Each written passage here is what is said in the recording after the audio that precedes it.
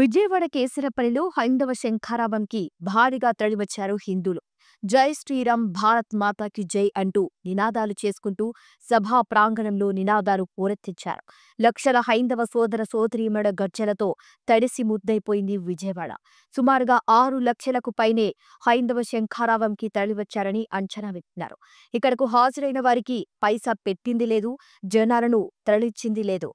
మందు పంచింది లేదు, మాంసం ముట్టింది లేదు. నిద్రపోతున్నారనుకోవద్దు, ఇది ఆరంభం మాత్రమే అని హిందూ దేవాలయాల్లో మరియు ఆలయాలచే నిర్వహించబడుతున్న సేవా సంస్థల్లో పనిచేస్తున్న అన్యమత ఉద్యోగులను తక్షణమే తొలగించాలని హిందూ దేవాలయ ట్రస్ట్ బోర్డులలో హిందూ ధర్మంపై శ్రద్ధాభక్తులతో ధర్మాచరణ చేసే రాజకీయేతర ధార్మిక వ్యక్తులను మాత్రమే నియమించాలని, హిందూ ధర్మం సాంప్రదాయాలను కాపాడుకోవాలని అన్నారు.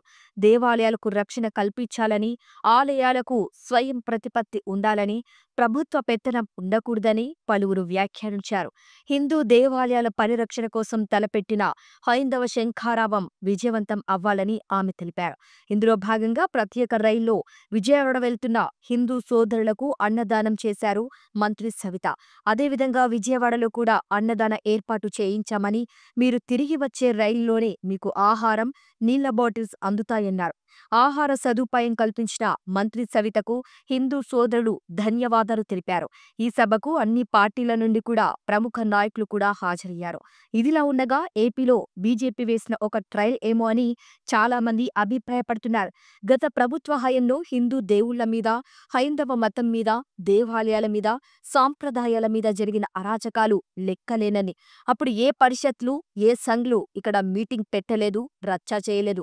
అప్పటి సీఎంతో వాళ్ళు రాసుకు పూసుకు తిరిగేవారు. బీజేపీ పొత్తులో ఉంటూనే తన గేమ్ ప్లాన్ స్టార్ట్ చేసింది అని, రాబోయే రోజుల్లో వైసీపీ నుండి బీజేపీకి భారీగా వలసలు ఉండొచ్చు అని కూడా ప్రజలు అనుకుంటున్నారని తెలియవచ్చింది.